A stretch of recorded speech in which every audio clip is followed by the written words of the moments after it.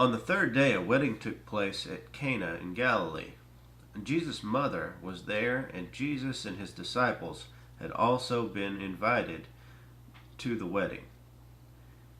When the wine was gone, Jesus' mother said to him, "They have no more wine." "Dear woman, why do you involve me?" Jesus replied. "My time has not yet come."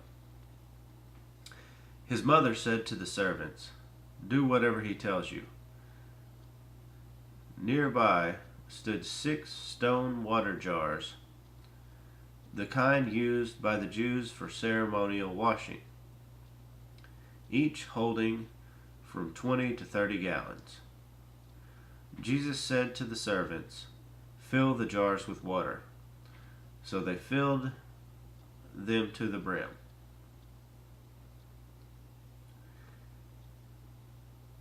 Then he told them, "Now draw some out and take it to the master of the banquet." They did so, and the master of the banquet tasted the water that had been turned into wine. He did not realize where it had come from, though the servants who had drawn the water knew. Then he called the bridegroom aside and said, "Everyone brings out the choice wine first, and then the cheaper wine after the guests have had too much to drink. But you have saved the best till now." This, the first of his miraculous signs, Jesus performed at Cana in Galilee. He thus revealed his glory, and his disciples put their faith in him. After this, he went down to Capernaum with his mother and brothers and his disciples. There they stayed for a few days. When it was almost time for the Jewish Passover, Jesus went up to Jerusalem. In the temple courts he found men selling cattle, sheep, and doves, and others sitting at tables exchanging money. So he made a whip out of cords and drove them from the temple area, both sheep and cattle. He scattered the coins of the money changers and overturned their tables.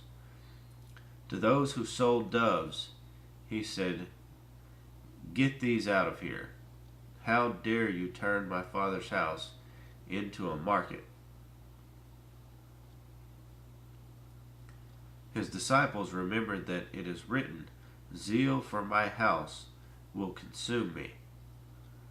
Then the Jews demanded of him, "What miraculous sign can you show us to prove your authority to do all this?" Jesus answered them, "Destroy this temple, and I will raise it again in 3 days."